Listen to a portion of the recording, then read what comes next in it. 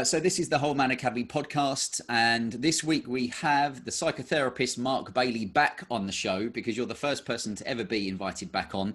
I think Great. It's five months since we spoke. Yeah, And one hell of a lot has happened and changed in 5 months.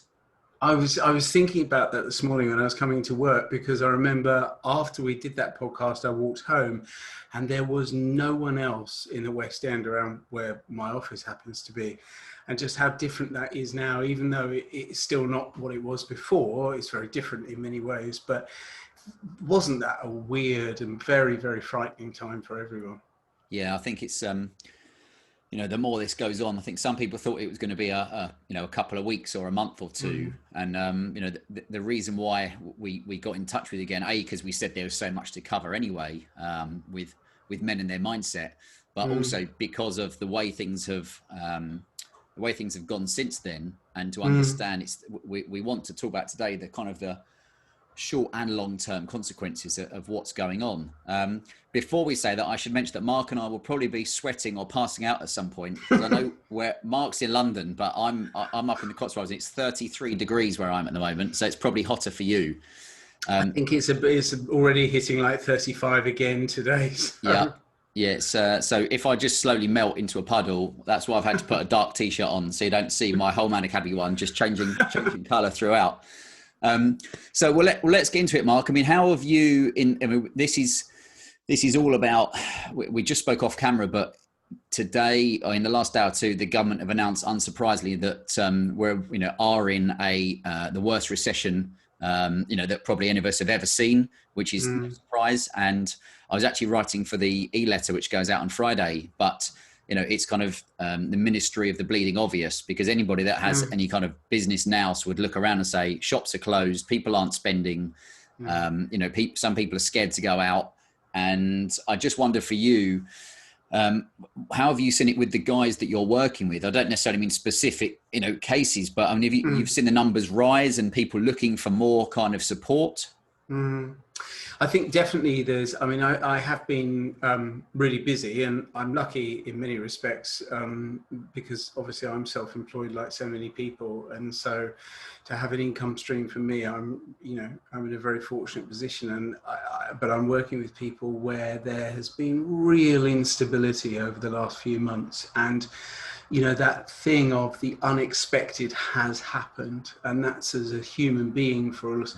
And some people, we go through different stages of where life takes real unexpected and often really horrific and frightening turns sometimes. And I think globally this is a very frightening time for all of us, because all of those stabilities that we might have in our lives have kind of been either overturned or certainly affected in some way by the pandemic.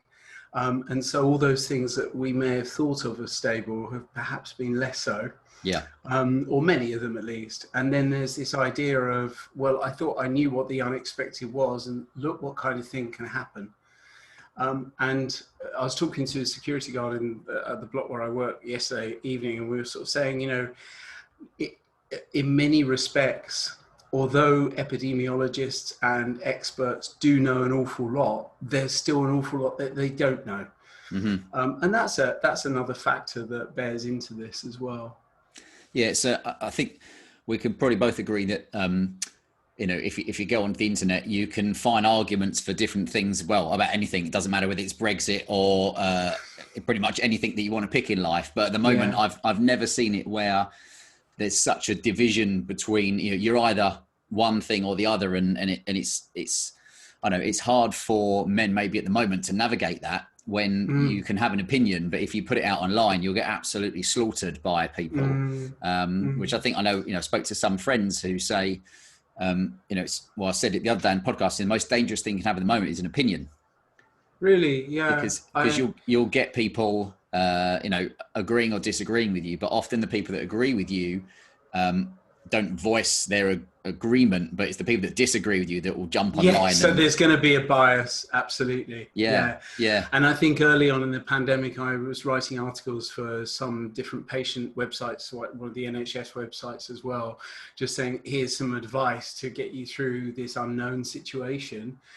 from things that generally are quite helpful. And I think certainly in the age of social media, one of them is to be very cautious and very rationed with your use of it, because you can go down rabbit holes and without us even realizing there's a bias. So if you look at the algorithms of all social media systems, and Facebook is just one of them, there are biases left, right, and center, and that's part of the system. They can't, no one can get rid of those or try and get rid of, because biases are part of life. But sometimes if we're unaware of them, they can do us real damage psychologically, in our own thoughts as well as external factors.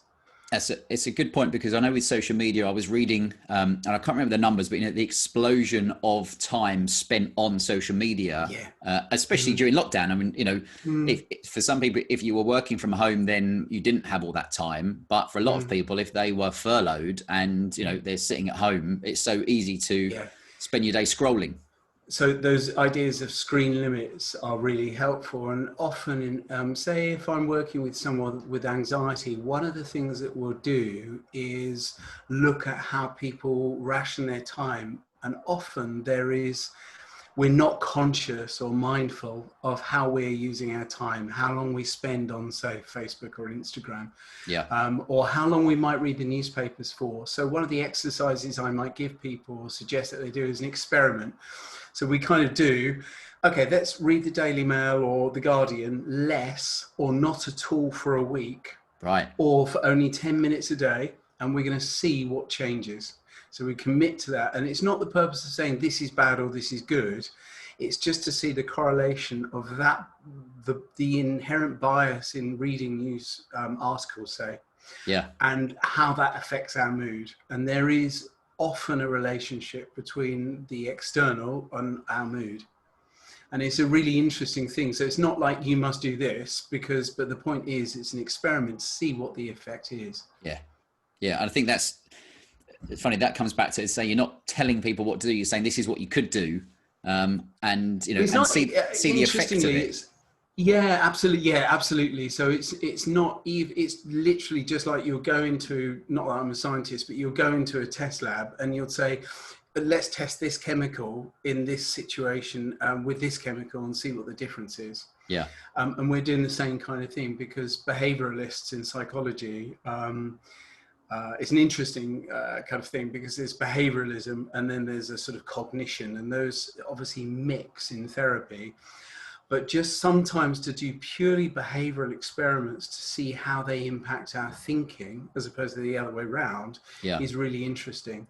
And it tends to yield better results for people, to change our behavior first. And then, because sometimes I have used an analogy where if you say, I go in, say, Sainsbury's, right?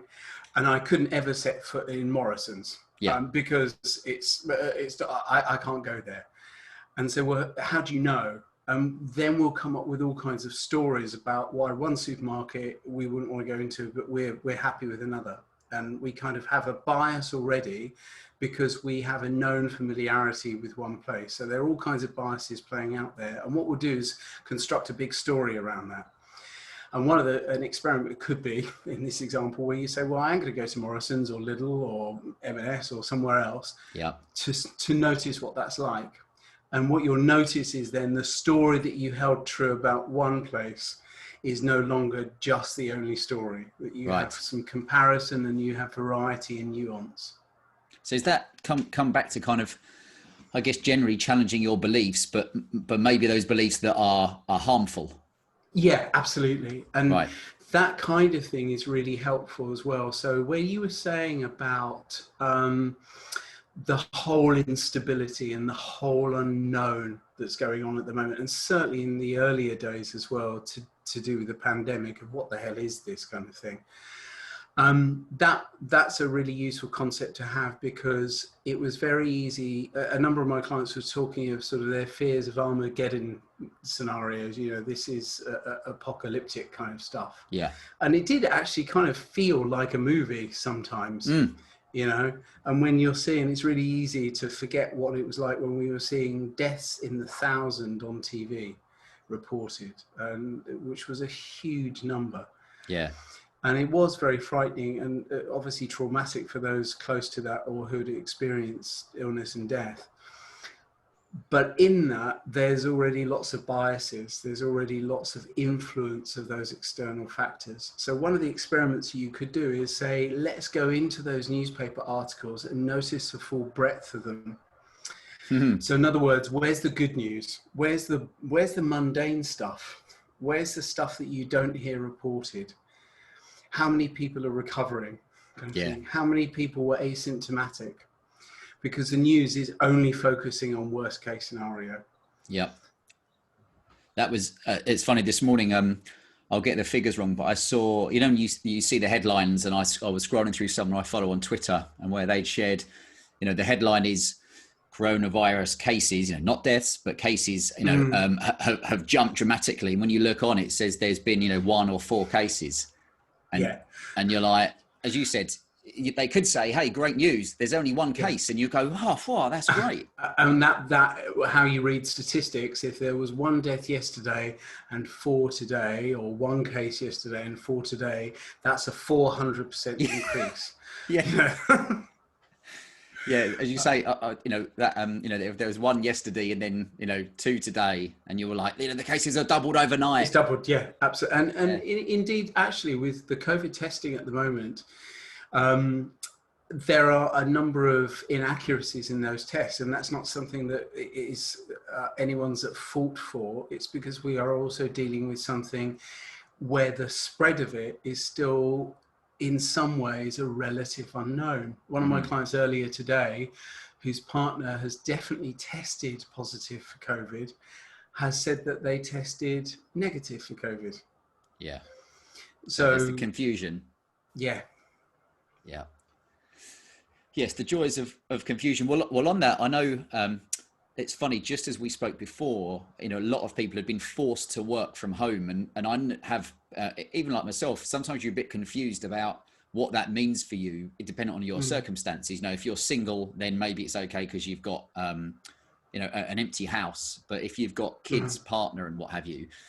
So I wondered what your thoughts were on the effects of not just working from home, but I think for people that are forced to work from home, you know, as opposed to saying, oh, I'm leaving work now and I'm going to start, it was like, right, well, overnight you've gone from being in an office to you're working from home. And I wonder what your thoughts were on the pressures that puts on a guy, you know, it doesn't matter if he's got family or he's living alone, and how that can affect him.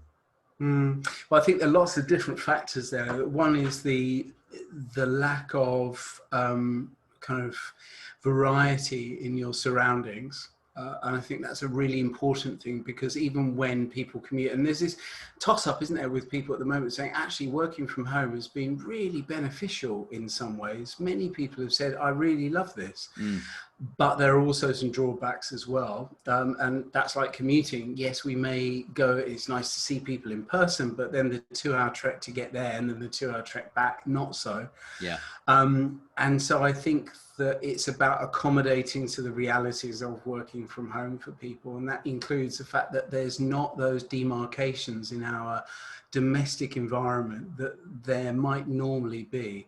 Yeah. You know, your living room has suddenly become your study, or your kitchen has now become your meeting room. And where also other people are being involved with Zoom and stuff, other people are now being invited into your home environment. Yeah. And we were saying just before we set up that, you know, right behind my camera here is a load of junk and sort of post-it notes of things that I need to do. And there's a moisturizing bottle here and stuff, hand sanitizer, dry my hands and all these things. And, you know, we have to make these accommodations. Yeah. Because home is actually a private place for most people. And that's a change for us as well.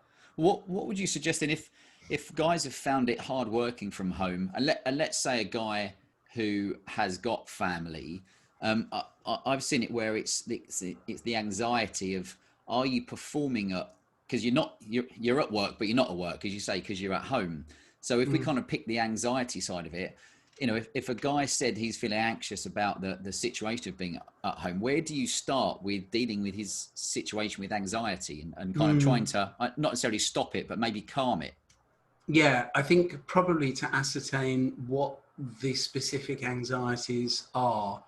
would be a first step, and why they cause anxiety. And generally, that's kind of about running to the worst case scenario in our mind, because that's what we'll be doing. So I try and find out with people, what would that mean for you if it went to that nth degree? And that's going to be different for everyone. But I think with anxiety, it's about not just what those thoughts are as well, but how we hold those, how we hold the thoughts that we have. Because it's been interesting that through one of my clients said to me, well, you obviously don't have any anxiety around COVID. And I said, not true, not true at all. You're human. Absolutely. And it's how we hold that anxiety. And one of the worst things you can do with anxiety is then layer another burden on top, saying, I shouldn't have any anxiety. Often it's there for a valid reason, but it's a way in which we hold those thoughts that might be unhelpful. And I think last time I seem to recall that I may have used an analogy like this that I use a lot with people, and that's, that it's part of the human mind, which is incredibly complex. All of us will have, I don't know whether you can see it, but just behind me, I use like a sort of an emotional, it's not in color because it's black and white printer, but it's an emotional color wheel.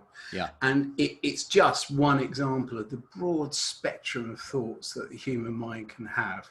All of us can have these thoughts. Sometimes how we hold on to those thoughts dictates the effect and the level of anxiety that we will experience. So sometimes saying to people, look, thoughts are like trains that come through a station. You can either hop on that train and then you're into the thought, or you can just observe it, and there's a high chance that the thought will probably just come and go. Yeah.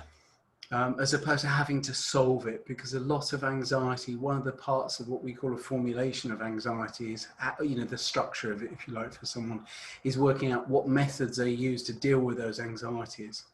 So an accommodation someone might make around working from home, say, is that I have everything right in order and everything is absolutely structured, and then I'll work even harder. And there are quite a lot of people that I think have found the penalty of lacking those barriers and boundaries in their time, where they try working even harder. The work becomes sort of a toxic level. Yeah. And I think, interestingly, that's something probably all of us have to watch, or many people have to watch over the next few months as well, because of the looming thing of a recession being the reality now for us, that there'll be a temptation for people to work even harder to secure their job. Yeah, that's a really good point, because having various friends that work all in different sectors across the world now, actually, because you've over my 42 years, you've met lots of people and from different countries and all different. And what I see from some of them is that the worry that working, for me, working harder doesn't necessarily mean you're being more productive. It might just mean you're at your desk more. And trying to remind them that, productivity might be increased by taking a break now and again, and giving yourself that chance to kind of just let the pressure off your shoulders and have a change, get out in the garden or go and do something. Yeah, absolutely. And the really interesting thing here is that when something doesn't work for us, most of us will tend to dig our feet in and do even more of it.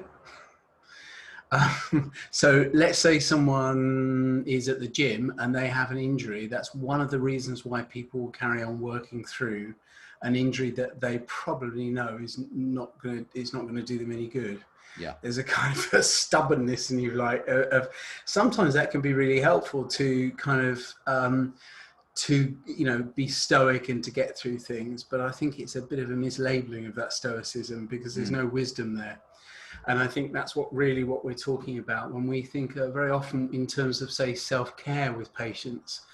I'll sort of say, we need to be wise here, because you could say, yeah, I'm going to work even harder, but would that really be a wise thing to do? Or would it be wiser to say, I'm going to give myself a break and a perspective, because in that time, I can look at my thoughts in a different way, just by the unconscious, when we go and do a different distracting activity, like having a break from work, what happens in the brain is the thoughts that have been preoccupying, if you like, or at least very front of mind, they shrink and they can go down into a different perspective. And just that tilt shift, if you like, is an incredibly useful thing, because it gives us a perspective to make those wise choices. Yeah, I've not heard it described like that, but it's really interesting because, you know, a year ago, I don't think anybody, you know, not obviously so many people work from home anyway, but I see it as it's the long term. A few people, it's a bit like other things at the moment. It's a novelty of like, oh, I'm working from home and the weather's good and what have you. But what you miss out on, I was talking to Robin, who's, you know, part of the Whole Man Academy, and he was saying where he hasn't traveled, what he's missed out on is firstly having a bit of time to yourself. But also you've got those times where you might just take a break and listen to a podcast on your commute. And for me, it used to be, I'd see friends at the train station that, you know, were your friends, but now I wouldn't Zoom call them to have a chat, but you had that interaction and it gave you a new perspective on things. Yeah, absolutely. One of the decisions I made, and I tend to do this anyway, is I deliberately will talk to people when I walk my dog, and that's quite a common thing for people. They're real sort of icebreaker dogs. Yeah. But also when I go in Sainsbury's, I'll deliberately sometimes make conversation with people at the checkout, or, you know, one of the people there, or you know, sort of if I get a takeout somewhere, I'll deliberately make some conversation, because those are really important social markers for us, and they tend to be helpful balancers, particularly in a time that we've been through of both fear, global fear, and isolation as well. Isolation, the effects of that mirror pretty closely depression. And often go hand in hand. And actually one of the things that can really help that is just to make those, even if you don't feel able to have deep, meaningful conversations with people, just to pass the time of day with people. Yeah. You know, where it's not asking too much of ourselves, but just enough to feel, I'm not on my own here. No, this is one of the worries at the moment. And, you know, for years, I've always been one of these people. If you go out for a walk, usually, especially if it was like a Sunday morning, you always just say hello and good morning to people.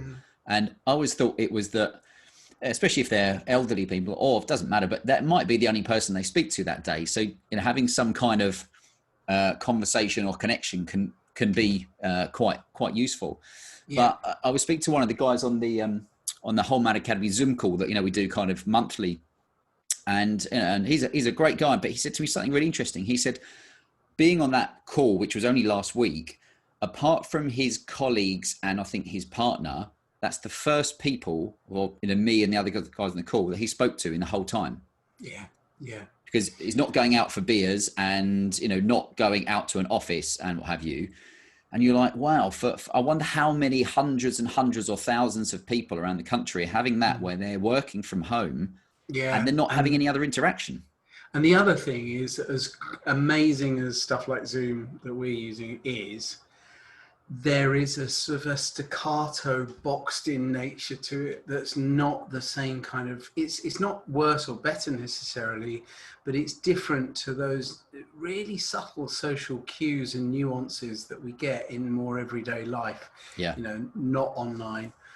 And maybe there's a generational thing there. It's I was around at a friend's house a month or so ago, and her daughter was using something, I don't know what it was something like Zoom, but she had it on for like 6 hours, and her friend was kind of in one corner on her iPhone, and she was there, and she was just kind of brushing her teeth, I think, or something at one point, or doing her hair.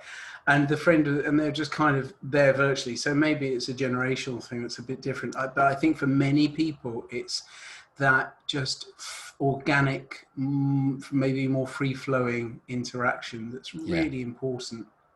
Yeah, that's. I think the effects of this will only be known in years to come. And going on from that, I mean, we spoke before about earlier on about, you know, lots of people have different opinions on masks and whether you should or shouldn't have them and what have you, but whether you should or shouldn't have them on, because you can find science, you know, that's for it and against it, but you can't. And indeed, like the World Health Organization they're not entirely certain either.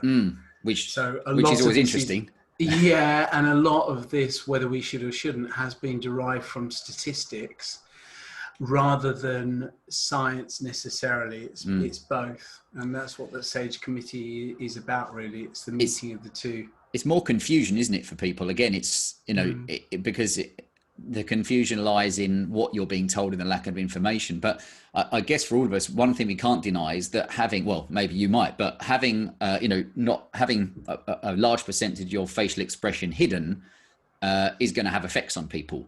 Absolutely. And we see it with our little boy. He, we've been in London with him, and we were near Fenchurch Street Station, and we were going to the Tower of London. We got out the cab, and you see, it was a Saturday, so you see like 20 people walk towards you, but you can't see them smiling. So all you see is 20 people walk past like this, and they could be, I'm smiling now and I'm not now. Absolutely. And that's such an important thing. He said, why they keep looking at me? Now, he's never said that before, but all you can see is eyes. Yeah. And I just wonder what your take is, knowing so much more about, the brain and how these things work psychologically, the effect you see on people being, again, whether they decide to or they're forced to wear masks, there is going to be an effect on that. Absolutely. And there really are some very profound animalistic and neurobiological effects of only seeing eyes on someone. And the lack of smiling is just one of those things, because it's really impossible to smile at someone under a mask. You just can't do it. And even though we can try and smile with our eyes, that also leads quite a lot to interpretation, to be honest. And so in this situation of anxiety, one of the things that is happening for many people, and especially if we've been through trauma, this is definitely going to be much more likely. We will have a predisposition or a bias towards checking for threat and danger. So when we no longer see people's face, and to know who they are as well, because it's hard to tell just from eyes and a haircut or a hat or something, that's going to make it just much harder for someone to walk down the street or to go in a supermarket, that kind of thing.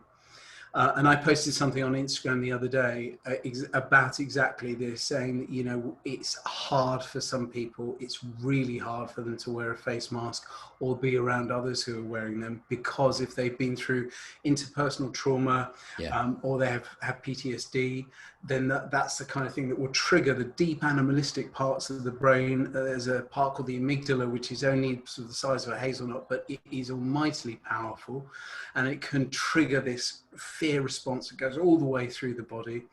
And so we have to really hold ourselves, and maybe other people, if you like, through this situation. And ordinarily, even if we haven't been through trauma, I think because this situation has been so anxiety provoking for all of us, those small things in everyday life, it can make the world seem like a lot less friendly place.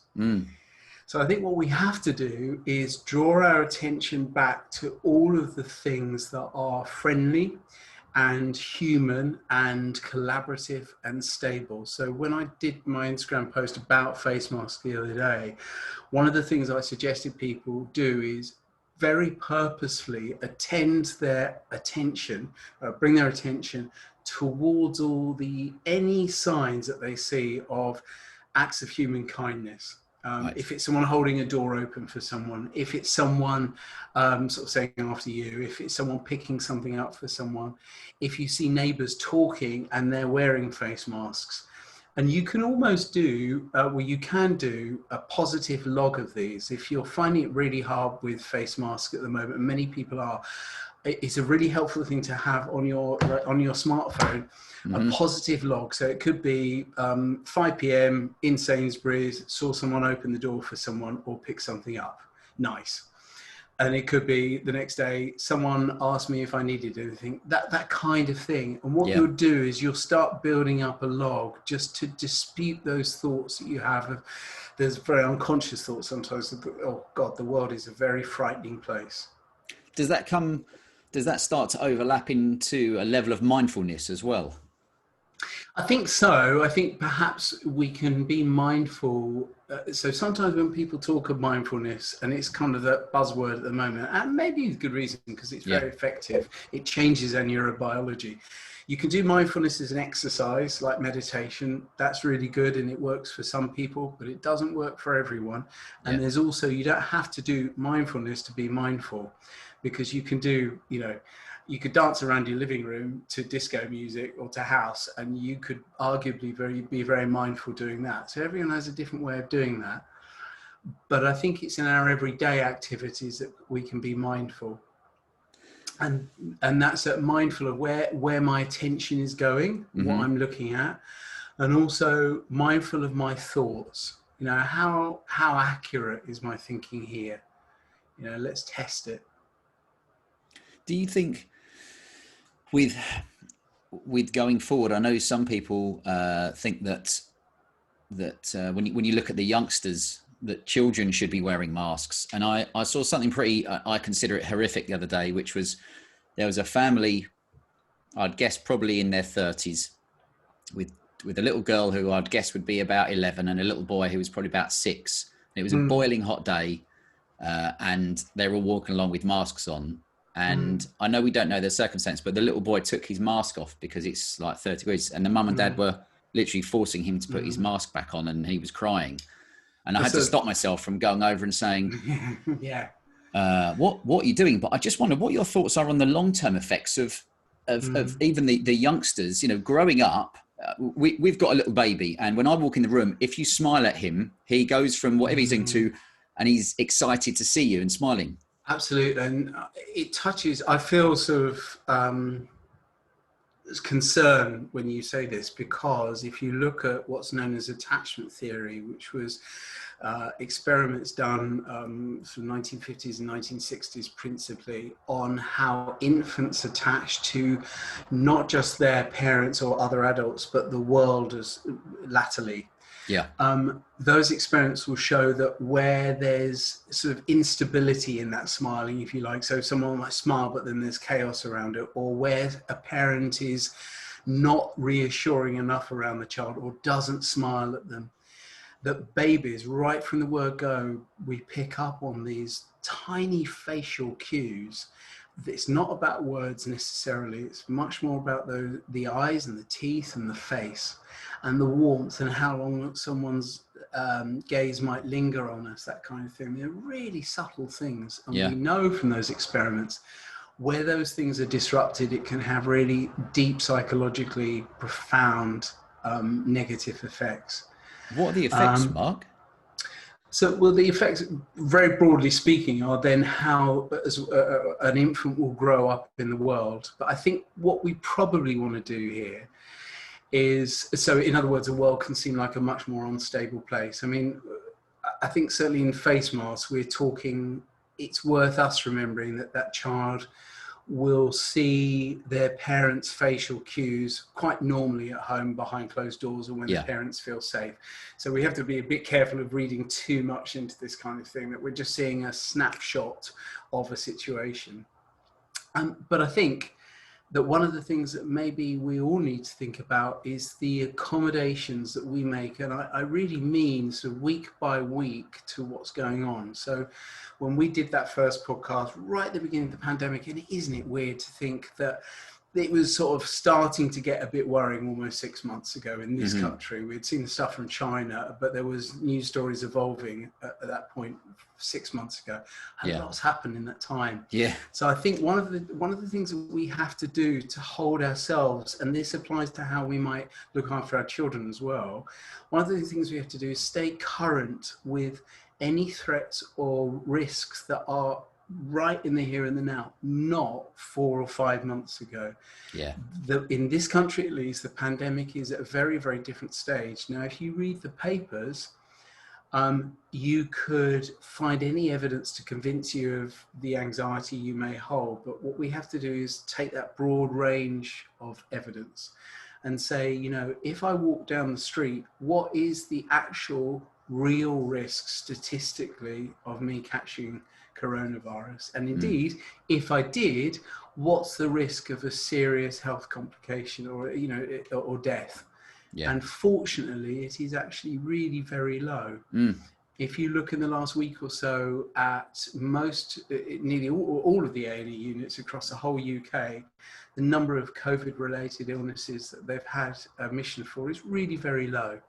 That's not what it was 4 months ago. So what we've got to do is stay current. And so my personal view is, if you're walking down, and this is only my view, I'm not a statistician, and I'm not You're allowed a necessarily giving view. advice, but I am allowed a view. And my view is, when you're walking down the street, coronavirus, like many viruses, is not airborne in the fact that it's flying past us through the air.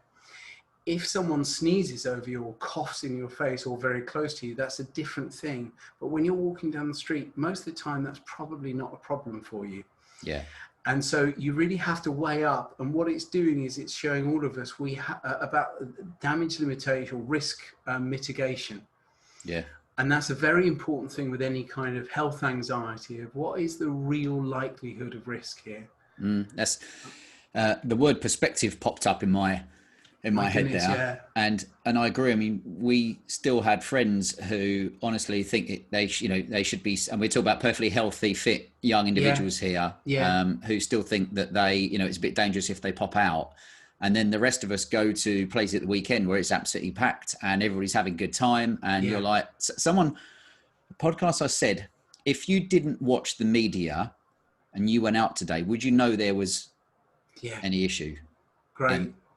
And I was like, that's a really good way to look at it. Because, as you say, you turn on Twitter, Instagram, Facebook, Sausage Book, the news, and it will be like, and then you'll go out and go, oh. So one of the experiments I did, so where I live is very close. I live really sort of very close to Westminster. And when a few months ago, the Black Lives Matters marches were happening, I sort of walked along a bit of the route so I could see what was happening, really. Yeah. And it's, I think, a really important cause. But obviously there was, again, disagreement on whether this is this is the good time to be protesting in that way, considering what's going on. But that's a debate for people. Yeah, we'll do another one on that. Yeah. But one of the things that many of my clients over that week, and I had a number of clients who were really, really very anxious there's going to be a second wave. And I said, okay, so what we'll do, the reality is neither of us know this. So what we're going to do is some homework, essentially, and start to list your sort of biggest fears, including this one, what you think is going to happen, how strongly you feel that. And what we're going to do is we're going to come back to it in 2 and 3 weeks, and then 2 months, and then we'll look at it in a year's time if we're still working together, if it's helpful. And the idea of being able to diarize our thoughts is a very helpful one, because they'll pass by sometimes, but they get the best of us and they overwhelm us, and then we're on to the next one. What we really want to do is tackle not necessarily what the thoughts are, but how we hold those. So there could have been a second wave from the BLM marches. There wasn't. Yeah. And that's an incredibly important factor, because the next time something like that might happen, there's a big march or something like that, it will be good for us to frame, okay, well, we have an example where one didn't causally directly relate to another. Yeah. It was a really interesting one, because again, you'd see you could use the marches, and I'm pretty sure you're going to see some large marches coming up fairly soon around Europe, maybe around the world, but certainly for various reasons. But I thought it was interesting how you could read some people that said about whether you should or shouldn't be allowed to have those marches because it was so dangerous, apparently. And I thought it was interesting because you said, well, you let the marches go ahead for the demonstrations, but let's say when Liverpool won the Premier League, you weren't allowed to have a celebration. So I said, one thought would be, when Liverpool won the Champions League, I think there was 750,000 people turned up in Liverpool, to celebrate, and rightly so. So I said, you can imagine if 750,000 people turned up at Anfield and their banners said, we love Klopp and what have you. And as the police come towards you to say you can't do this, you just turn around and say, Black Lives Matter. And they say, oh, you're all right, you carry on. So it was interesting that for me, and that's why it's good to talk to you, was a pure issue of the psychology of it's okay to protest, but it's still dangerous, but it's not dangerous enough for you not to protest, but it is dangerous enough for you to go and do something that's a peaceful or a celebration. It's interesting, because one of the things that COVID, certainly in the very early days, did is it constricted what essentially was allowed, like in a way that most of us have never experienced before. And really, to be honest, unless you've been institutionalized, we wouldn't have known. Or in in say, you know, in a really in a place of being infirm or in hospital or injury, where suddenly, really overnight, our lives went like this. And what happens then is those things that are important to us get magnified.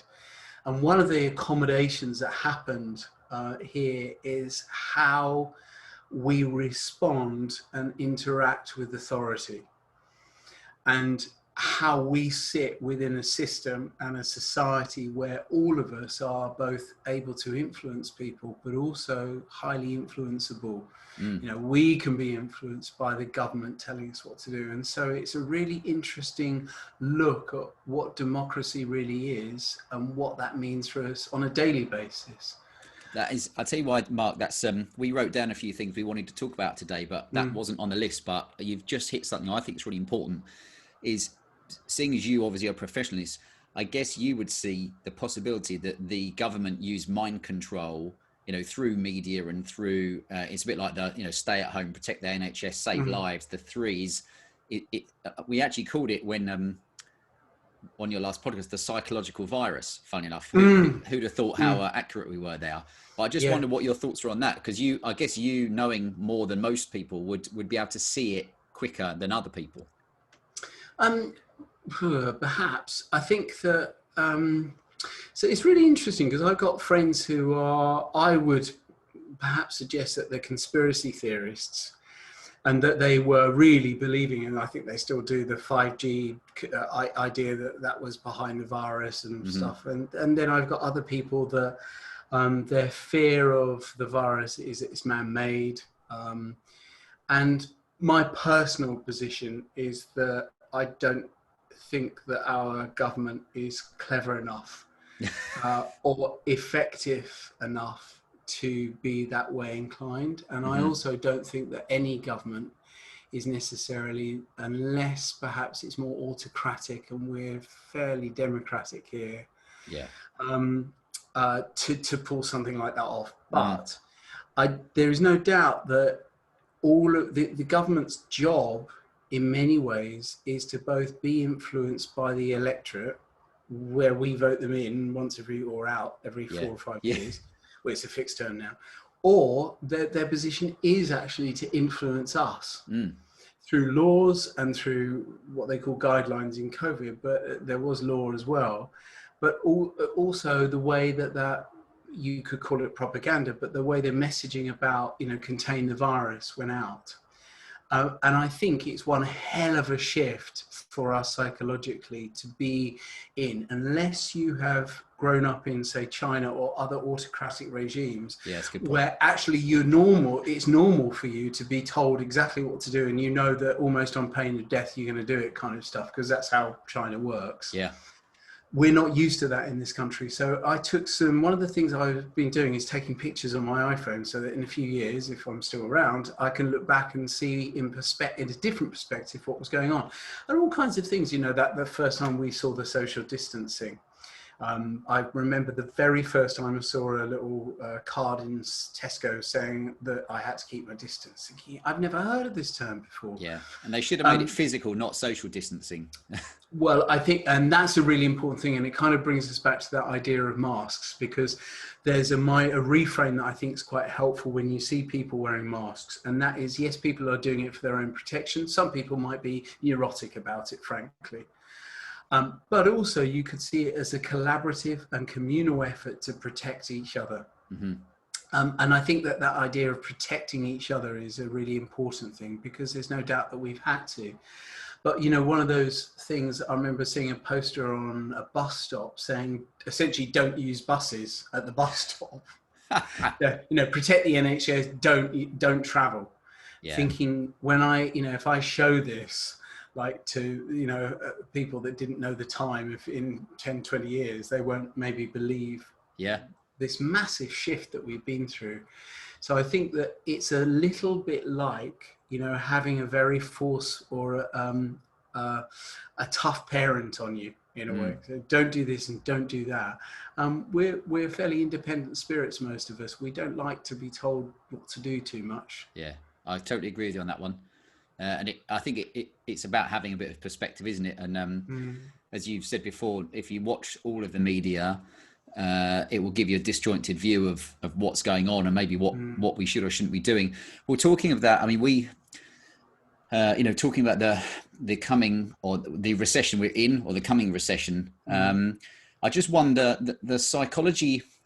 And I know what it's like leaving a job and not having anything to go to at the time. When I got made redundant, I wanted to leave, but I was working on something else. But that meant I didn't actually have any set, I didn't have a job to go to. And after nearly 20 years of knowing what I'm doing every day, suddenly you'd be scratching your head or scratching something else, thinking, I'm not quite sure what I'm doing. So where would you see it for guys that maybe have lost their, and it could be a job or lost their business, because I think it's going to be all, it's all of small businesses. It's both. Yeah, absolutely. Where would you even start with some kind of basic tips for if they've lost their job and they're now at home, to kind of keep their mindset right? I think probably to answer that question, I would say that we have to be compassionate with ourselves and understand that when we lose our job, and it's not through choice. So when we lose the job rather than we decide we're going to go, and it loses us, if that makes sense. There's a grief process involved in that. And I think that generally a lot of research would say in terms of stress, that can be akin to losing a loved one or someone in your family. So it can be really, for many people, particularly where our sense of self is fairly tied up in our job. And I think moreover, for a number of people, it might be the end of their career in that part of their life, that they may never get that kind of job again. Yeah. And so I think we've got to be really compassionate and say to ourselves, it's really understandable that this is knocks you for six, because it's, again, a big accommodation for us, and there's the unknown as well. But to kind of understand the grief cycle, where you're going to experience all these emotions like anger and denial, and then bargaining, and eventually perhaps acceptance. So, and I think the other thing is also not to personalize it, because that's I think a lot of us can do that, where we have some setback or stumble. And one of the things that we do is make a meaning of it about ourselves and say, well, everyone else is still working, or even if they lost their job, they're so much better than I am, whatever. And then we depersonalize it and think, it must be something about me.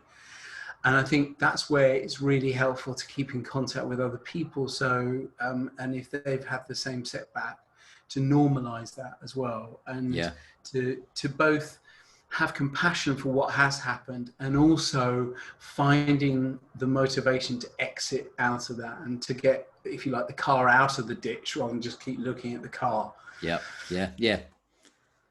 And I think one of the things there is that what can really help is just to keep your attention on that kind of bias, because where we're anxious, we're much more likely to look at all the things that are going to go wrong, or to catastrophize about what could go wrong. And there are a couple of things there of where you talk that you've been through a redundancy before, and I have as well, and once where I was fired as well. Just clash of personalities, really. I was going to say, I have to ask, why were you fired? It's an interesting thing, actually, because I was told that a contract would be renewed, and then there was a change of manager above me, and then I literally went in the next day with someone who put their sort of hand on my knee and sort of said, not in an inappropriate way, but sort of said, really want you as part of the new team. And then someone came in just above me, and I suddenly found I had no job. And literally, I was out within a week or so, and that was a real, that was a blow. Well, I guess at least you've been through this then, which, and I have as well, is a redundancy and actually having to leave a job fairly quickly is a big change for you suddenly if you're not prepared. And I remember years ago when I was doing the TV show Biggest Loser, we were about to sign a contract for this third series, and suddenly it went, and there was again a change of direction in the channel that it was on, and the funding wasn't there, and it was like, right, what now? And I kind of put my business to one side while I did the show, because it occupied a lot of time. And then suddenly I'm having to rebuild the business again. And but one thing I learned from that is, I remember the 2000 recession and 2007 recession, and the answer is it was difficult, but we got through it. And I think one of the protective factors for us is experiences, even if they're unpleasant, and we certainly have to really cut our cloth according to our budget. That's a definite thing we have to do, is the knowledge that this will pass. And even if it takes a long time, even if it's really quite tough, and it will be really tough for many, many people, but this time will pass. We will find a way through it. Yeah. I think it's perhaps a wisdom of how we find our way through it that's important. I guess it's, I had that picture in my head of, you know, when you're in the eye of the storm, it's hard to remember what it's like to have a sunny day. Yeah, absolutely. So, and funnily enough, probably because I knew that I wanted to mention this today, and I happened to put it on my Instagram feed this morning, a really useful thing you can do is just on your phone, have a success log. Yeah. And often when we think of success, and I ask someone tell me about some of your successes, people will often go for the really big things like, you know, I had this bonus or whatever it may be. And actually, those things are probably not necessarily that helpful right now because they might be too big for us to conceive. Yeah. But what can help is to have a log of small victories and triumphs every day. You know, like if you are looking for work and someone has called you back, that kind of thing. Even if it didn't lead to a job directly, it's a sign that someone is interested enough to pick up the phone back to you. Yeah. That's really important because the way I see it at the moment, it's, as you said, it's a long game for some people as well. I can't see, I can't see the economy suddenly bouncing back on its feet again because companies that are shutting down, it's not one sector. And I've spoke about this before, you know, if it was, I don't know, let's say it was British Airways or the flights that were all closing, but, gyms were staying open and the leisure industry is going to take an absolute battering. And that's the thing is it's whole industries, not just one company that's, made some bad financial decisions. And, what day was it? On Monday, I said it might be a time to reinvent yourself. Absolutely. Yeah. And I'm not saying that's a quick thing or an easy thing to do, but adapt or die is one of the sayings that I heard once. Yeah, well, that's the whole sort of Darwinian thing of adaptation. And arguably, in many areas, changes were going to happen anyway. For example, to the high street. Some stores were frankly sort of dying on their arse and through no fault of their own. The business rates that they've had to pay is a scandal really, while you have companies like Amazon circumnavigating many issues, tax issues. Indeed. And while they're not doing anything illegal, perhaps there are ethical questions that they do have to answer, not just here but America actually, but whether they lead to any answers, God knows. But I think those changes will probably going to happen in many sectors anyway. And it's that thing of how do you reinvent yourself and pacing that reinvention, but also if I'm honest, one of my best lessons in life was when I was in my 20s and I had to do work I didn't want to. And it really taught me the value of sort of putting my identity to one side with work and just kind of getting on with things and doing one day at a time. And I've always been quite a deep thinker and I'd never known that I could also do that. And that was a really useful resource to have. Yeah. You'll be pleased to know I've never been a deep thinker. And probably most of my friends would agree with you on that one, but I do listen to deep thinkers. So, I remember, I'm not saying this guy's a deep thinker, but I listened to a podcast years ago where it's a chap who's, I think, owns one of the big like UFC fighting gyms or something in the States. And anyway, the point was, he said, whilst he was working on creating the gym and what he has, he ended up basically working nights cleaning toilets in another gym. So he had money to pay the bills. And, his big thing was, sometimes you've got to leave your pride at the door, which is what I say about going to hospital, but that's another story, sometimes you've got to take a step backwards to go forwards. And that might be a step backwards in what you perceive your level of success, in what you perceive not perception, but your salary, and say, do you know what are the important things I need at the moment? What must I have? And can the rest of it just go by the wayside for now? So there's a really useful kind of checking mechanism you can do here. Because with any anxiety and say job anxiety or career anxiety, I think that's separate from money anxiety. That there are ways of saying for many, but certainly not all, many people, how much money do I actually need to survive in life and to have a good enough time? And this COVID thing is maybe, well, the number of people saving has like gone through the roof, isn't it? It's people have saved a huge amount of money, and we were living on, a culture of hire purchase and loans anyway, and have done for some time. There wouldn't be so many BMWs on the streets if people didn't have hire purchase. But so there's a money stuff. But then when it comes to career, it's interesting because many people, we can use our career and our status as some kind of device to soothe our anxieties. It's like a coping mechanism, a safety mechanism that we use. So we say, well, I'm really anxious about where I am in life, but I have my career and that's okay.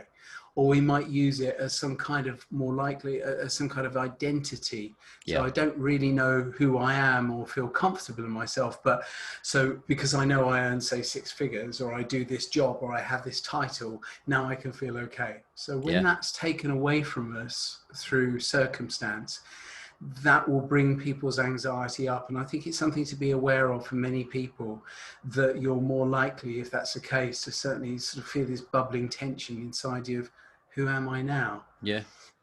So I think it brings us on to that idea of, as a human, we are going to go through many changes in our and stages in our life. And actually, robust personalities, if you like, we're multifaceted.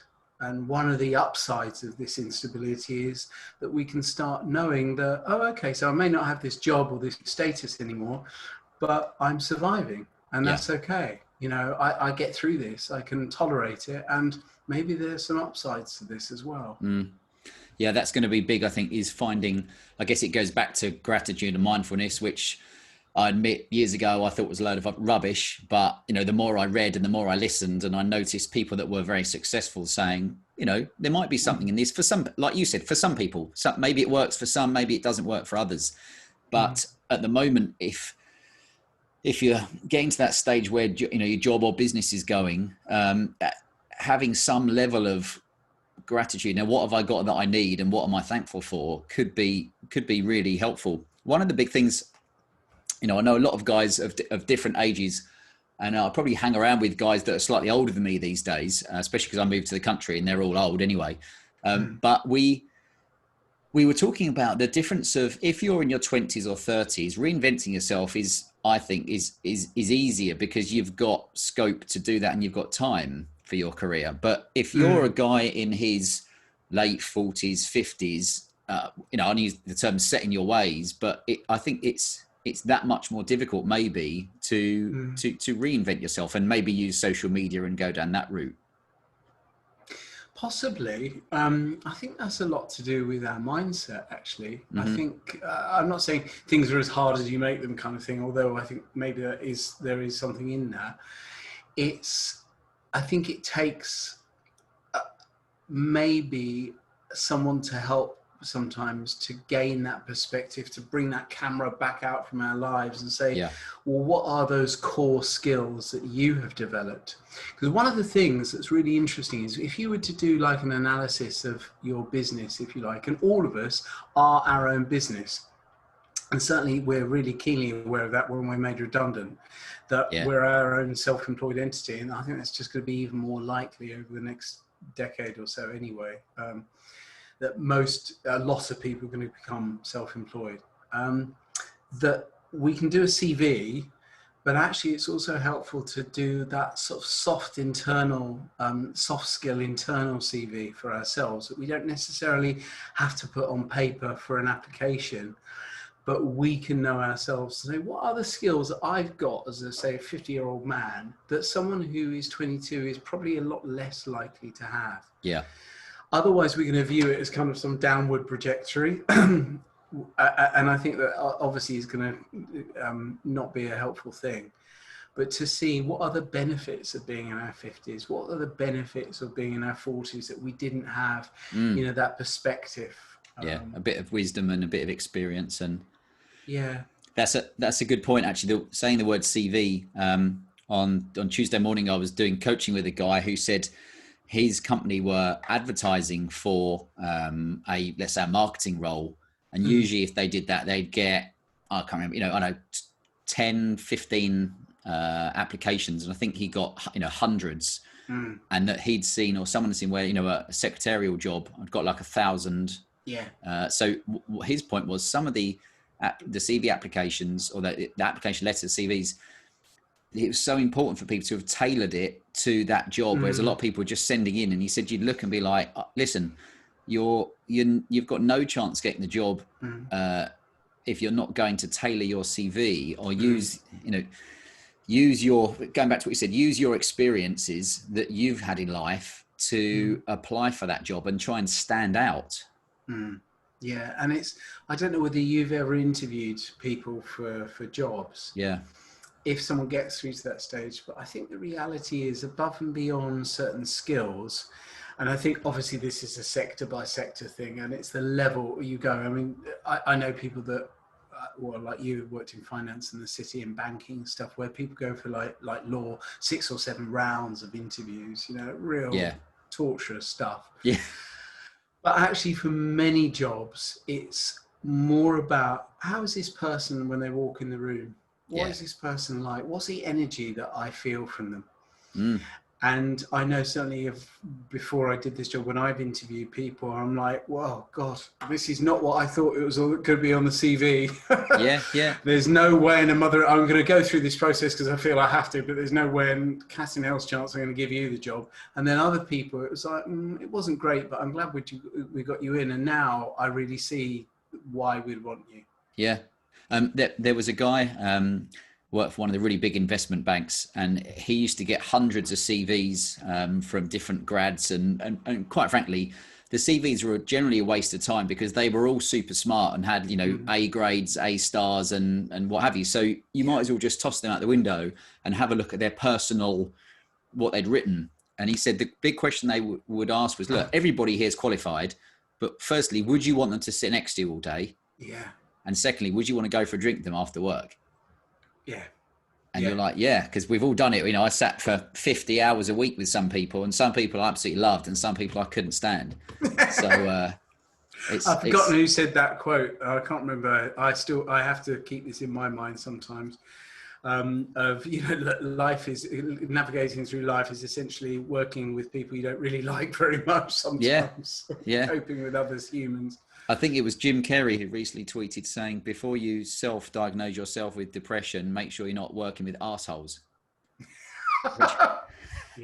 Which I thought was... depression is an interesting word because I think it's used a lot now. And although there are higher incidences of both depression and anxiety, I think that it's useful to scale things like anxiety and depression so that it's not like a stigmatic label. Yeah. Because the reality is, and this is really important, circumstance is certainly with depression and anxiety and other problems as well, massively influential. Yeah. So, if you are living the kind of life you love and you have freedom and you have health and stuff, it's less likely you'll be depressed. It's not to say unlikely, but then if you have had adverse childhood experiences, or you have an ongoing chronic health problem, or you have insecurity or money worry, and suddenly, those factors are coming in. Yeah. And so that's why with all our well-being and mental health, I think those considerations are really important. And so just within this context of, the worries that all of us have, many people, some people more than others at the moment for good reason, I think that's an important consideration of it's no wonder you're worried at the moment. Do you know what? And that's so important. I know you touched on it earlier, but I think, the whole Man Academy was set up to encourage guys to get together to talk. And I don't, in my experience, there's never been a time more important to keep in touch with your mates. And I'm not saying it's only your mates you can talk to, but, even for me doing this with you, it helps because I'm learning little ideas and nuggets, and then hopefully the people that are listening. And last week's podcast was a really short one. He said, you know what, instead of spending your hour listening to whoever we would have had on, go and call 3 of your mates. And just have a chat with them. And we had, I'm not talking about a tidal wave of people responding because we're guys and we keep ourselves to ourselves generally, but a couple of guys messaged back saying, do you know what? I wasn't contacting them because I was, or my point was, contact them not because it's for you, but maybe it's for them. Maybe it's like, do you know what? It's really good to speak to you. Things are a bit shit at the moment. I'm scared I might lose my job or etc. And I think that's a really important thing also, just off the back of, so in COVID, when we look back at this, I think we're going to see it as then the time that preceded that was this time of false high expectation of ourselves, of where, no, I'm perfectly okay and everything's great, and I'm going to post this picture on Instagram that is now conforming to what I think I should be doing. I think this is going to be a really useful reframe of, do you know what? Sometimes life is shit. And it's shit for all of us sometimes. And it doesn't mean it can't get better, but just to hold ourselves, because we've been in a very acquisitive and accumulative society for at least a 10-year generation now, but preceding that as well, where generally most people's life has got better in terms of, say, finances, even if they're, mortgage payments and buying a house and stuff. And it's not going to be like that for many people now. And I think hopefully this may have helped us have a reframe of, I don't need all those things. Absolutely. There's a guy interviewed a couple of weeks ago called Andy Murphy, who's from the UK, but has got a big podcast in the States. And ultimately his message was that nothing matters. And what I mean for that is a lot of us, you're worried about this, that, and the other. And if you break it down, on your deathbed, and someone said, what were you worried about? And you're like, one of my friends unfollowed me. Like, have you seen the have BMW you seen wasn't the new one, didn't have leather. Have you? Exactly, all those things. And then you think, what impact? So the type of one type of sort of therapeutic school I, if you like, belong in, there are like 40 or 50 different mindsets in therapy, some of which are better than others. But one of them is what they call the constructivist idea. And essentially that means it's not what happens, it's what you make of it. So you could sit on a car and it will have beauty. My brother's got like a couple of really beautiful cars because he's pretty loaded, and now because he's worked so hard for it, and he's got lovely cars and he loves them. To me, it's like a car. I can appreciate it's nice, but it doesn't really, I don't really need that. There are other things that are important to me, but I think it's that thing of, it's not what it is, it's what you make of it. Well, maybe that's a good one to finish on. Firstly, because I've lost 3 kilos in water body weight since we've sat here. And I could see the beads of sweat. I know, I'm going to wring my t-shirt out and then make a smoothie out of it. But just to finish, if you could, we always try and ask on these questions, but if you could kind of just give one tip on how at the moment men could do life better, what would that be, Mark? That's a really good question. I think probably to ensure, if you're working from home, to ensure that you robustly ring fence that time. And if you have any worries about that, so, I said earlier, people might be going into that place of toxic working, overworking. I've got to get this done. I've got to be better than the other people, that kind of mentality, or I'm so worried about my job. I think what could be helpful would say, I'm going to robustly ring fence my time and do stuff that has given me pleasure before COVID and before this time of insecurity, and see if that distinction of time, reducing that time you might work, for example, by an hour a day, does it make enough of a difference to cause problems? Because otherwise the risk is that you do even more of it in the future. So it's the idea of experimenting to see how much wiggle room there is in those boundaries of time. And I think that boundarying time is really crucial for us at the moment, of just enjoying our leisure time as much as we can. No, it's massive. And I think it's only going to get bigger in the months to come as we see, either companies shutting down or more people working from home, and Canary Wharf mothballed and used as a homeless shelter. So, yeah. I drove past there, and well, I was in Canary Wharf actually at the weekend, and it was really weird to see. I know it was a Sunday, but you could just tell by how many people were there. It's a lot quieter than it would ordinarily be. So yeah. Canary Wharf was mildly soulless at the best of times. yes. So it's only going one way from here. Well, I would say also if well, two things actually. If guys listen to this think they want help with their life, then I'm available for life coaching. But if they need any other help with any anxiety, depression, stress situations, then Mark is your man. And we'll put you'll put your details on. And in fact, we're going to put some of this on our e-letter, which goes out to a couple of hundred guys on Friday. So, and what's your plan now? Back to work for the afternoon? Do you know what? I'm going to have some more water. Look, I've done that in the whole hour. Yeah. I think today I've drunk like 4 litres of water actually. Yeah. So hot. And then I'm going to go to the gym. So talking of self-care, it's like I did that the other day, and I go to the gym 4 or 5 times a week, and that was really lovely when I came back, and I was able to do that again because it kind of gets me back into my body. Yeah. And that's really nice. So that's what I'm going to do. Bit of reconnection we could all do with that. Well, Mark, I appreciate all of your time and all of your knowledge as well. And the podcast, so I'm sure we'll be helping guys who'll be listening and trying to get those little golden nuggets. And hopefully we will speak to you again soon. Great. I look forward to it. Thanks, Mark.